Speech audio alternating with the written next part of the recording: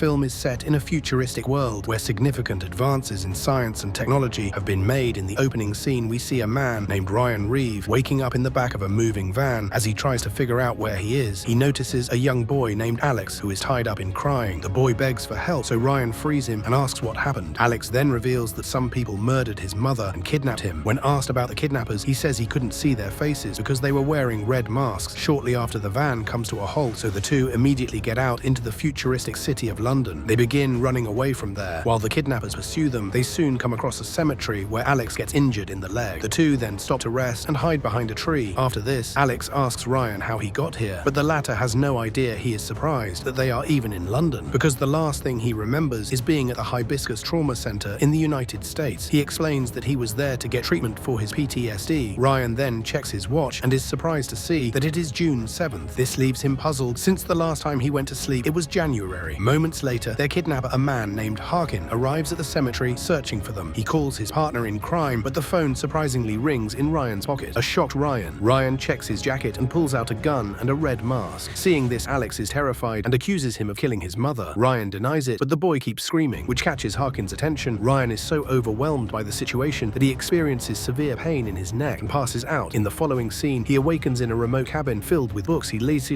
at the watch and is shocked to see that the date is June 17th. Ryan doesn't recall what happened over the past 10 days and becomes very worried about Alex. Moments later, Harkin approaches him and begins discussing a project as if they were partners. Ryan also pretends to go along with it so that he can learn about their plans. On the wall, there are pictures of various targets they plan to eliminate. Among them is also a picture of Alex, which worries Ryan greatly. He then inquires what they intend to do with the boy. However, this only makes Harkin realize that he mocked Ryan for someone else. The two begin to fight, but Harkin tells him that it will soon be 9 minutes and 47 seconds, after which his time will run out. He then restrains Ryan and the time limit, at which point the latter loses consciousness again. In the next scene, Ryan finds himself in a brothel having fun with an escort named Dana. He becomes confused and immediately gets out of bed. Ryan gets to know that it is already July 5th now, but he's not sure what happened in between. He then asks Dana to get dressed because they need to rescue a kid named Alex. She responds that her boss Sergio won't allow her to leave, but Ryan says he'll deal with him. While they exit the room, Ryan asks why Dana works here. She reluctantly admits that her son Eden was sick and she didn't have the money to pay for his treatment. The boy has already passed away, but she still has significant debts to settle with Sergio. Hearing her story, Ryan feels bad and promises to help free her soon. They arrive at the main hall, where Ryan informs Sergio that he's taking Dana. The pimp expectedly refuses and sends his men to attack our hero, but Ryan makes easy work of them and escapes the brothel with Dana later. When Ryan reaches the city, he's shocked to find himself in New York. He's confused because the last time he was awake, he was in London. Ryan then recalls that each time he gains consciousness, he has about 9 minutes and 47 seconds to get things done. After that, he passes out and his body is controlled by someone else. Moments later, Sergio manages to find him and starts shooting indiscriminately, but Harkin arrives to his rescue. Before Ryan can react, he feels severe pain in his neck and again passes out. Next, he awakens in a room where two detectives, Richard and Travis, are waterboarding a man named Leonid. The officers then turn their attention to Ryan and address him as doctor. They inquire whether they should continue or stop torturing Leonid. However, Ryan has no idea what they're talking about. Moments later, the detectives notice Ryan has a gun and suddenly turn to attack him. They engage in a fierce fight, but Ryan manages to injure and knock them out. Hearing the commotion, another officer arrives, but Leonid grabs a gun and shoots him. Following this, Ryan speaks with Leonid and discovers that he is a scientist. He inquires whether there is technology that allows one to control other people's minds. Leonid confirms that it is possible through droning, which involves implanting a device in the host's neck. After a while, Ryan's time runs out, and he begins to pass out again. This makes Leonid panic, and he starts asking random questions like how to escape this place and where Dr. Langham is. In the next scene, Ryan wakes up in a lab where he sees Harkin speaking with Leonid. The latter thanks Harkin for helping him escape and bringing him to the lab where he can work peacefully. He then hands over his creation, a new virus capable of changing the world. It turns out he created an airborne pathogen that alters DNA and causes subjects to develop extra organs. Leonid intends to extort money from the government by threatening to release it. "Joke's on you," says President Biden. "Extra organs sound good to me." Jack, however, Harkin reveals that he isn't interested in threatening the government or earning profit. He claims that he has bigger plans and no longer needs Leonid, as he already has all his work. He then shows Leonid a video in which we see Ryan, although he has a completely different personality from the usual one.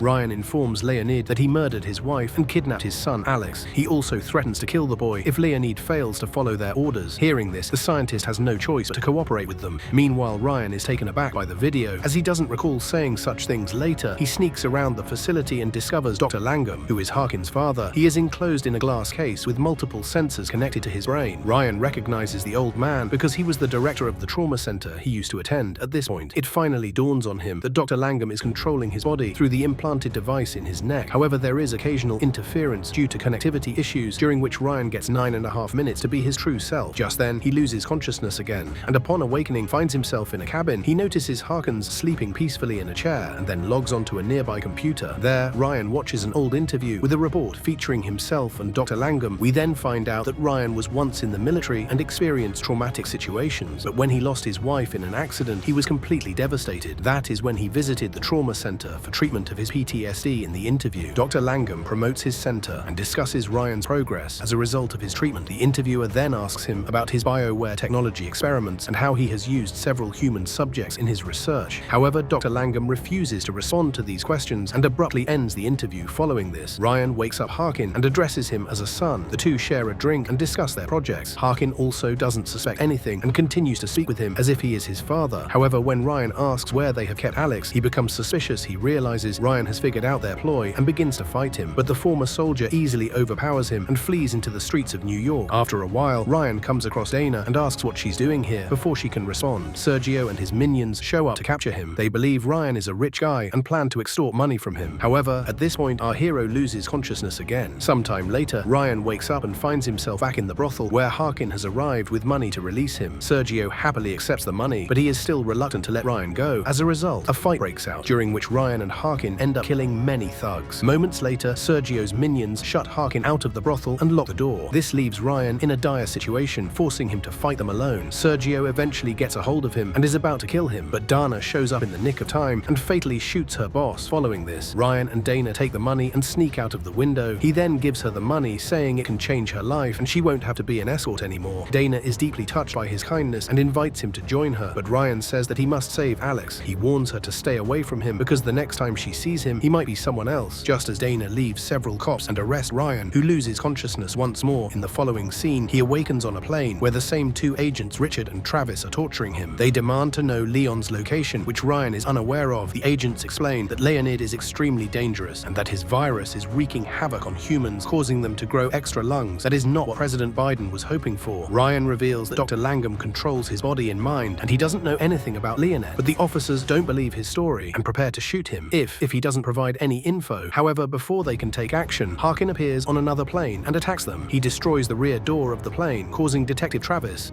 to be blown away. Ryan tries his best to stay alive, but he loses consciousness. Once again, he later wakes up in a van with his hands tied. Ryan pretends to be Dr. Langham and tells Harkin how proud he is of the work he's done. He then asks to be released from his handcuffs, which Harkin obliges with. However, as they embrace, Ryan swiftly attacks him and handcuffs him instead. Following this, Ryan pours gas on himself and Harkin, intending to kill them both. But when he attempts to light the match, it does not ignite. He goes outside to look for a lighter, but realizes they're in the middle of nowhere. When he returns, he finds Harkin has already freed himself from the cuffs and escaped. Later, Ryan finds a lighter in the front seat and decides to unalive himself so that no one can use him anymore. At this moment, Dana arrives out of nowhere and stops him. She reveals that she has been following him for a few days and monitoring his activities. Dana explains that no one has ever been as kind to her as Ryan has, so she wants to help him find Alex. Ryan is touched by her words, but he also knows that his time is running out. Therefore, he asks her to handcuff him for the time being. In the next scene, Ryan wakes up in a basement with his hands tied. He sees a question from Dana on the wall asking for her son's name. He then texts her Eden, which makes her realize that he has woken up shortly after she enters the basement and informs him that it's been 3 days since they last spoke. They decide to use this time to rescue Alex and suspect that he isn't inside Harkin's facility. Ryan then sneaks into the facility while Dana waits for him outside. She is really being helpful. Upon reaching the lab, Ryan is shocked to see Leon's dead body. At this moment, Detective Richard shows up, but it turns out to be Dr. Langham in his body. Ryan confronts him, asking why he did this, as he used to look up to and admire the doctor. Langham reveals that with this invention, he can now control the entire world and asks Ryan not to take it personally. However, Ryan shoots Langham dead and continues to explore the lab. He took it personally. He soon finds a container where Alex is locked inside and trapped. He tries to free the boy, but Harkin suddenly shows up with Dana holding a lethal injection to her neck. She wasn't helpful at all. He demands Ryan surrender or he will kill her. This scares our hero and he pretends to give up, but then he notices a container of hazardous substances and shoots at it. The chemical directly falls on Harkin's hand, causing it to burn. turn, the two men then get into a brutal fight, but in the end, more chemicals begin to pour and directly hit Harkin's face, resulting in his death. Following this, Ryan realizes his time is running out, so he asks Dana to release the boy. He doesn't want to be anyone's toy anymore and tries to shoot himself. However, Dana moves his hand, causing him to shoot a wall instead. The wall collapses and reveals Dr. Langham in a glass case behind it. Ryan doesn't waste any time and shoots the old man in the head. Shortly after, he also experiences severe pain in his neck and loses consciousness. In the final scene, our protagonist wakes up in a bed, feeling confused about where he is. Dana arrives and informs him that they are in her hometown. She reveals that she has removed the implant from his neck and stitched him up. Why didn't they do that before? Ryan then notices Alex in the living room, making him extremely happy. The movie ends as he and Dana share a romantic kiss, indicating the start of a new relationship.